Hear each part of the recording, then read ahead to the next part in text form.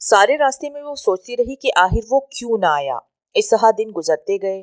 سائمہ روز اس کا انتظار کرتی رہی مگر وہ نہ آیا۔ اب سائمہ گمسم رہنے لگی تھی، نہ تو اسکول کے کام میں توجہ دیتی اور نہ ہی گھر میں کچھ بھی سکون سے رہتی۔ ایک دن حسب معمول وہ اسکول سے گھر آ رہی تھی کہ اسے علی رضا نظر آیا۔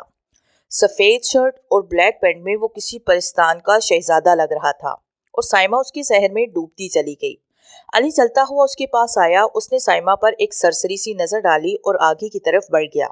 وہ بے چین ہو گئی کہ آخر یہ کون ہے جو اسے اتنی بری طرح سے تڑپا رہا ہے۔ نہ منہ سے کچھ کہتا ہے اور نہ ہی کوئی اشارہ محبت دیتا ہے۔ صبح اسکول پہنچ کر سائمہ نے تمام ماجرا نجمہ کے گوش گزار کر دیا اور اس سے مدد طلب کی تو وہ بولی، میری جان، تو ایسا کر کہ تو اسے ایک لیٹر لکھ اور جب وہ تیرے پاس سے گزرے تو اسے دے دینا۔ نجمہ نے آہستگی سے کہا۔ ہاں یار، ایسے ٹھیک رہے گا، سائمہ نے کہا۔ السلام علیکم۔ جی آپ کون ہیں، کہاں سے آتے ہیں، کہاں جاتے ہیں؟ میں کچھ بھی نہیں جانتی۔ آپ کے نام کے علاوہ میں آپ کے بارے میں کچھ بھی نہیں جانتی۔ بس اتنا جاننا چاہتی ہوں کہ آپ کون ہیں اور مجھ سے کیا چاہتے ہیں، پلیز مجھے بتائیے۔ آج سائمہ علی رضا کی منتظر تھی کہ وہ کب نظر آئے اور وہ اسے خط دے دے۔ بلاخر گلی میں کوئی بھی نہیں تھا سائمہ اور علی رضا کے علاوہ۔ سائمہ نے اس کو خط دیا اور گھر کو چل دی۔ آج پھر اس کا دل بری طرح سے دھڑک رہا تھا اور سائمہ کو اس بات کا ڈر تھا کہ اگر اس نے برا منا لیا تو کیا ہوگا۔ خدا خدا کر کے دوسرا دن بھی آ گیا۔ جمعے کا دن تھا۔ سائمہ کا دل بدسور بری طرح سے دھڑک رہا تھا کہ نہ جانے جواب میں کیا ہوگا۔ اتنے میں اسے علی رضا دور سے آتا ہوا دکھائی دیا۔ گلابی شرٹ میں وہ نہایت ہی خوبصورت لگ رہا تھا۔ جب وہ سائمہ کے پاس سے گزرا تو اس نے سائمہ کے ہاتھ میں ایک کاغذ کا ٹکڑا پکڑایا۔ سائمہ تیز تیز قدموں سے گھر کی طرف چل دی۔ گھر پہنچ کر اس نے سب سے پہلے وہ خط پڑھا جو علی رضا نے اسے دیا تھا، جو کچھ یوں تھا۔ السلام علیکم، میں جانتا ہوں آپ کو، میں پچھلے 2 سالوں سے آپ کو چاہتا ہوں مگر کبھی کہنے کی ہمت نہ ہوئی۔ بس آپ کو اسکول آتے جاتے دیکھ کر ہی دل کو تسلی دیتا رہتا ہوں۔ میں آپ سے دوستی کرنا چاہتا ہوں اور امید ہے کہ آپ بھی اس کے لیے رضامند ہیں۔ سائمہ خوشی سے جھوم اٹھی۔ اس نے اپنا موبائل فون اٹھایا اور علی رضا نے جو نمبر خط میں دیا تھا اس پہ میسج کر دیا۔ کچھ ہی دیر کے بعد علی رضا نے کال کی۔ دونوں نے کال پہ بات کی اور کافی دیر تک باتیں کرتے رہے۔ کال پہ ہی انہوں نے اقرار محبت کیا اور 1-2 گھنٹے کے ساتھ وہ نہایت ہی پیار سے رہنے لگے۔ جون کا مہینہ تھا، خوب گرمی پڑ رہی تھی۔ سائمہ کی اسکول کی طرف سے ٹرپ جانی تھی۔ اتفاق سے اسی دن علی رضا کے اسکول کی ٹرپ بھی وہاں ہی جانی تھی۔ صبح صبح ہی سائمہ نے نجمہ کو بتایا کہ آج علی رضا کے اسکول کی ٹرپ بھی اسلام آباد جا رہی ہے اور ہو سکتا ہے کہ ہم ان سے مل سکیں۔ دونوں اسکولز کی گاڑیاں سفر پر چل پڑی۔ سائمہ اور علی رضا میسج کے ذریعے ایک دوسرے سے رابطے میں تھے۔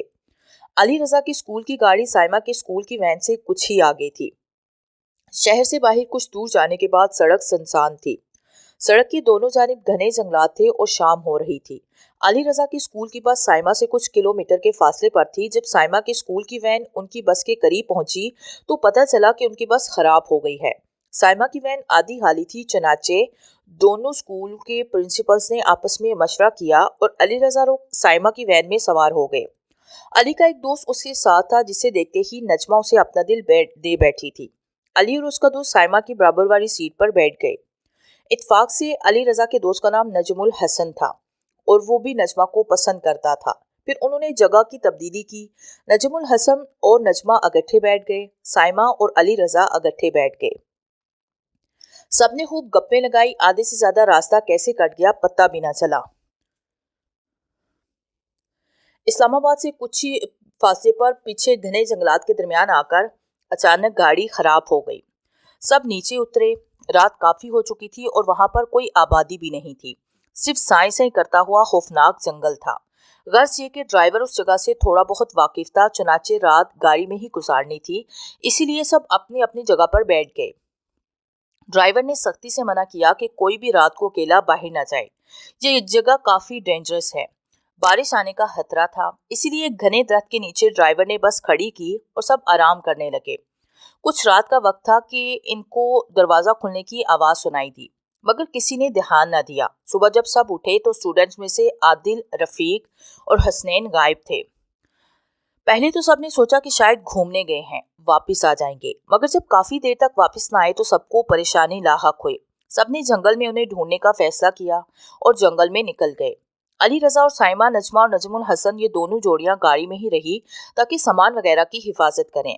نجمہ اور نجم الحسن گاڑی سے نیچے اتر گئے اور ادھر ادھر ٹہلنے لگے اور باتیں کرنے لگے، جبکہ سائمہ اور علی رضا گاڑی میں رہے۔ ان دونوں نے خوب پیار کیا اور بہت سارے وعدے بھی کیے۔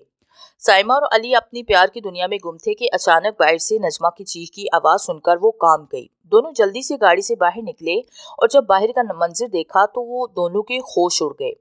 نجمہ نجم الحسن کے گلے رکھ کر روئی جا رہی تھی کیونکہ ان کے سامنے ایک انسانی ڈھانچہ پڑا ہوا تھا جس پر گوشت نام کی کوئی چیز نہیں تھی۔ جب دریافت کیا تو نجمہ نے بتایا کہ میں پانی پینے کے لیے بس کے اوپر سے اپنا بیگ اتار رہی تھی کہ بوتل نکال کر پانی پیوں، تو بوتل کی جگہ میرے ہاتھ میں یہ ڈھانچہ آ گیا۔ ڈھانچے کو دیکھنے کے لیے جب علی رضا ذرا قریب ہوا تو اسے محسوس ہوا جیسے کہ اس کے کندھے پر کسی چیز کی بوندیں گر رہی تھی۔ جب دیکھا تو وہ خون تھا۔ سب نے حیرانگی کے عالم میں اوپر دیکھا تو سب کی چیخیں نکل گئی۔ نجمہ تو بے ہوش ہو گئی تھی اور نجم الحسن اسے سنبھال رہا تھا کیونکہ منظر ہی نہایت خوفناک اور دہشت سے بھرا ہوا تھا۔ درخت کے اوپر کسی کی لاش آنکھیں پھاڑے نیچے کو دیکھ رہی تھی۔ آنکھوں سے خون نکل رہا تھا جو ناک کی نوک پر اکٹھا ہو کر نیچے گر رہا تھا۔ آنکھوں میں خوف تھا، چہرہ خون سے لت پت تھا، لاش کے نیچے حصے سے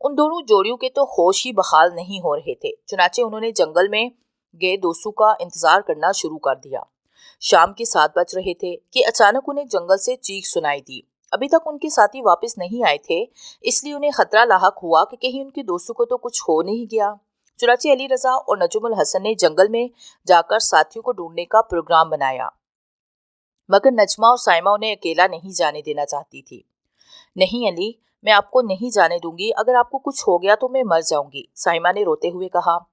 پاگل، بس ہم تھوڑی ہی دیر میں واپس آ جاتے ہیں، گھبراؤ مت، علی رضا نے سائمہ کو تسلی دیتے ہوئے کہا۔ مجھے لگتا ہے کہ یہ کسی جنگلی جانور کا کام ہے، نجم الحسن نے شکی لہجے میں کہا۔ نہیں، جانور نہیں، مجھے لگتا ہے کہ یہ کسی چڑیل یا کسی جن بھوت وغیرہ کا کام ہے، نجمہ نے ڈرتے ہوئے کہا۔ چلو جو بھی ہے ہم پتہ کر لیں گے، تم گاڑی سے باہر مت نکلنا، ہم ابھی آتے ہیں۔ یہ کہہ کر دونوں جنگل میں گھس گئے۔ رات 9 بجے کا وقت تھا۔ سائمہ کو گاڑی سے باہر کسی کی سرگوشیوں کی آوازیں سنائی دی، جیسے کوئی کہہ رہا ہو، سائمہ باہر آؤ، دیکھو میں نے تمہارے لیے جوانی دوبارہ حاصل کر لی ہے۔ سائمہ مدہوشی کی حالت میں گاڑی سے نیچے اترنے لگی کہ نجمہ نے اسے روکنے کی کوشش کی، مگر نہ تو وہ کچھ بول پائی اور نہ ہی چل پائی۔ سائمہ نجمہ کے سامنے گاڑی سے نیچے اتر کر درخت کی طرف منہ کر کے کھڑی ہو گئی۔ سائمہ آہستہ آہستہ مدہوشی سے باہر نکلنے لگی۔ اب اسے صاف سمجھ آ رہی تھی کہ کوئی دلکش آواز والا نوجوان اسے پکار رہا ہے۔ کون ہو تم؟ سائمہ نے تھر تھراتی ہوئی آواز میں پوچھا۔ وہی ہوں جو تم سے پیار کرتا ہے اور تم بھی مجھ سے پیار کرتی ہو۔ یہ آواز ایک درخت سے آئی تھی۔ تم جو بھی ہو میں تمہیں نہیں جانتی، مگر اتنا سن لو کہ میں تم سے پیار نہیں کرتی، سائمہ نے غصے سے کہا۔ جانتا تھا میں کہ تمہیں کون پسند کرتا تھا، یہ عادل اور حسنین پسند تھے نا، دیکھو نا کہ کیا حال بنا دیا ہے میں نے ان کا۔ ایک طرف میرے دشمن مر گئے اور دوسری طرف ان کے خون اور گوشت سے مجھے پھر سے جوانی مل گئی۔ درخت سے آواز آئی۔ آخر تم ہو کون؟ سامنے تو آؤ، اور تم نے انہیں کیوں مارا ہے؟ سائمہ نے غصے سے لیکن روتے ہوئے چیختے ہوئے پوچھا۔ میں تمہارے سامنے تبھی آؤں گا جب تم مجھ سے یہ کہو گی کہ میں تم سے پیار کرتی ہوں، اور ان کو میں نے اس لیے مارا ہے کہ یہ دونوں ہی تم سے پیار کرتے تھے اور تم میرے علاوہ کسی کی کبھی بھی نہیں بن سکتی۔ درخت سے آواز آئی۔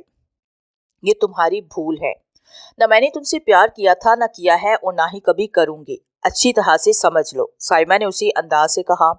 اور تم بھی سمجھ لو کہ اگر میرے علاوہ اگر کوئی تمہارے پاس بھی آیا تو میں اس کی جان لے لوں گا۔ درخت سے آواز سنائی دی۔ میں علی رضا سے پیار کرتی ہوں، کرتی تھی اور کرتی رہوں گی، اور میں تمہیں اسے چھونے بھی نہیں دوں گی۔ جانتا ہوں اس کمبخت کو بھی مارنے کی بڑی کوشش کی، مگر اس کے گلے میں جو تعویذ ہے اس نے اسے بچا لیا، مگر کب تک بچے گا وہ؟ سائمہ، پیچھے سے اسے آواز سنائی دی۔ جی علی، سائمہ نے چونک کر دیکھا۔ کس سے باتیں کر رہی ہو؟ علی رضا نے پوچھا تو سائمہ نے تمام واقعات تفصیلاً بتا دیے۔ اچھا، تو اس کمبخت کی وجہ سے ہمارے سارے ساتھی مارے گئے ہیں، علی رضا نے کہا۔ کیا؟ سائمہ نے حیرانگی سے کہا۔ ہاں، سب کے ڈھانچے ملے ہیں، کوئی بھی زندہ نہیں، بس ہم 4 ہی بچے ہیں، علی رضا نے افسوس سے کہا۔ اور رضا، نجمہ اور نجم الحسن کو وہ کچھ نہیں کرے گا، اور تمہیں تو وہ چھو بھی نہیں سکتا کیونکہ تمہارے گلے میں جو تعویذ ہے وہ اسے روک رہا ہے، اور مجھے وہ کچھ نہیں کر سکتا کیونکہ وہ مجھ سے پیار کرتا ہے۔ سائمہ نے مزید کچھ بتایا تو رضا حیران رہ گیا۔ سائمہ، اب ہمیں یہاں سے چلنا چاہیے، نجمہ نے کہا۔ ہاں مگر کیسے؟ گاڑی تو خراب ہو گئی ہے نا۔ کچھ دور تک پیدل چلتے ہیں، کیا پتا صبح ہونے ہی والی ہے، کوئی گاڑی مل جائے، نجم الحسن نے کہا۔ آئیڈیا برا نہیں، مگر میرے کپڑے خراب ہیں، میں ذرا کپڑے بدل لوں۔ جب علی رضا کپڑے بدل رہا تھا تو اس کا تعویذ شرٹ کے ساتھ پھنس گیا اور وہ گر گیا۔ ہاں چلو اب یہاں سے جلدی نکلیں، علی رضا نے کہا۔ جاؤ گے تو تب نہ، جب میں جانے دوں گا، درخت سے آواز سنائی دی۔ علی، آپ اس کی باتوں پر دھیان نہ دیں، بس چلیں یہاں سے، سائمہ نے کہا۔ چاروں بھاگنے لگے اور وہاں سے کافی دور نکل آئے، مگر انہیں مسلسل دھمکیوں بھرے کہکہوں کی آوازیں آتی رہی۔ سب تھک چکے تھے کہ اچانک سامنے ایک بہت بڑا سا ٹرک آیا اور علی رضا کو ٹکر مار دی۔ وہ تڑپنے لگا۔ سائمہ سے یہ برداشت نہ ہوا اور وہ بے ہوش ہو گئی۔ جب اسے ہوش آیا تو وہ اپنے گھر کی بیڈ پر تھی۔ دریافت کرنے پر پتہ چلا کہ سائمہ کو پورے 2 مہینوں کے بعد ہوش آیا ہے۔ سائمہ کا دل بری طرح سے دھڑک رہا تھا کہ پتہ نہیں 2 مہینوں میں کیا کیا ہو گیا ہوگا۔ خدا جانے علی رضا کس حال میں ہوگا۔ اسی بے چینی کے ساتھ اس نے علی کے نمبر پر کال کی۔ اس کی امی نے کال ریسیو کی۔ دریافت کرنے پر پتہ چلا کہ علی کو کافی چوٹیں آئی تھی، مگر وہ اب ٹھیک ہے۔ یہ سن کر سائمہ کی جان میں جان آئی۔ ابھی فون بند ہی کیا تھا کہ اسے پھر سے وہی آواز سنائی دی۔ وہ بے چین ہو گئی۔ آج وہ بے چینی کی حالت میں بیڈ پر بیٹھی تھی کہ نجمہ اور نجم الحسن اس سے ملنے آئے۔ سائمہ دونوں کے ساتھ لگ کر خوب روئی اور انہیں بتایا کہ آج بھی وہ منحوس آواز میرا پیچھا کر رہی ہے۔ فکر نہ کرو سائمہ، ہم نے اس کا حل نکال لیا ہے، نجم نے فکر سے کہا۔ علی رضا کے ابو بہت بڑے عالم ہیں، میں نے ان سے بات کی تھی تو انہوں نے کہا تھا کہ ضرور مل جائے گا، انہوں نے آج بتانے کا وعدہ کیا تھا، نجم الحسن نے کہا۔ شام کو چلیں گے، سائمہ نے کہا۔ ٹھیک ہے۔ 7 بجے سب ان کے آستانے پر موجود تھے۔ سائمہ تو علی رضا کو دیکھ دیکھ کر خوش ہو رہی تھی اور شکر کر رہی تھی کہ وہ بالکل ٹھیک ہو گیا ہے۔ دیکھو بچوں، وہ کوئی معمولی جن نہیں ہے، وہ آدم ہو جن ہے، اور سب سے بڑی بات یہ ہے کہ وہ ہندو ہے اور وہ سائمہ سے عشق کرتا ہے۔ اسے ختم کرنے کا صرف ایک ہی طریقہ ہے کہ چاند کی 14ویں رات کو، جو کہ آج سے 2 دن کے بعد ہے، تب اس کی طاقتیں بڑھے گی۔ اس سے پہلے ہی تمہیں کسی بھی طرح اس خطرناک جن کے درخت کو جلانا ہوگا، بابا جی نے تفصیلاً بتایا، اور یہ بھی کہ درخت کو صرف سائمہ ہی جلا سکتی ہے۔ سائمہ اپنا نام سن کر بڑی خوش ہوئی اور ڈر بھی گئی تھی کہ کہیں وہ اس کو کوئی نقصان نہ پہنچا دے، لیکن بابا جی نے اس کو ہمت دی اور یوں بابا جی نے ان چاروں کو دعاؤں کے ساتھ رخصت کیا۔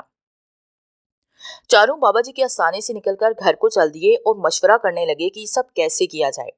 علی نے سائمہ کو کافی حوصلہ دیا اور کہا کہ تم اکیلی نہیں ہوگی، ہم سب تمہارے ساتھ ہی ہوں گے، تم نے بس وہی کرنا ہے جو بابا نے کہا ہے۔ درخت کو آگ لگانی ہے، پورے درخت پر مٹی کے تیل کا چھڑکاؤ کرنا ہے، اس کے بعد اس کو آگ لگانی ہے، بس ہمت کرنی ہے، ڈرنا نہیں۔ بس پھر دوسرے دن ہی وہ سب اپنے سفر پر روانہ ہو گئے۔ ایک لمبا سفر کرنے کے بعد سب اسی جنگل میں جا پہنچے جہاں وہ درخت تھا اور جہاں ان کے ساتھیوں کے ڈھانچے پڑے تھے۔ وہ سب ان کے ڈھانچے دیکھ کر خوفزدہ ہو گئے۔ یہ ایسی جگہ تھی کہ جہاں لوگ خوف کی وجہ سے جاتے نہیں تھے۔ یہی وجہ تھی کہ ان ڈھانچوں کو ابھی تک کسی نے دفنایا تک نہیں۔ جہاں جہاں ڈھانچے پڑے تھے وہاں ہی موجود تھے۔ کچھ کی ہڈیاں ٹوٹ کر بکھر گئی اور کچھ ویسی ہی تھی۔ وہ چاروں خوفزدہ سے چلتے گئے اور اس درخت تک جا پہنچے۔ سب نے مل کر پورے درخت پر مٹی کے تیل کا چھڑکاؤ کیا، لیکن جب آگ لگانے کی باری آئی تو وہ جب بھی آگ جلاتے ایک خاک کا ہیلا آتا اور آگ بجھ جاتی۔ اس منظر سے سبھی پریشان تھے۔ پھر سائمہ نے بابا جی کا دیا ہوا ورد زور سے پڑھنا شروع کیا اور آگ کو جلایا اور ایک دم درخت کو آگ لگا دی۔ جب آگ لگی تو دل دہلا دینے والی آوازیں درخت سے آنے لگی، مگر کوئی ڈرا نہیں، کیونکہ وہ جان گئے تھے کہ وہ جس مقصد کے لیے آئے ہیں وہ پورا ہو گیا ہے۔ وہ آدم اور جن اللہ کے حکم سے جل گیا ہے۔ ایسا ہی ہو رہا تھا کہ درخت سے عجیب دہشت ناک میں ڈوبی ہوئی آوازیں سنائی دیتی رہی، جو بعد میں آہستہ آہستہ خاموش ہوتی جانے لگی۔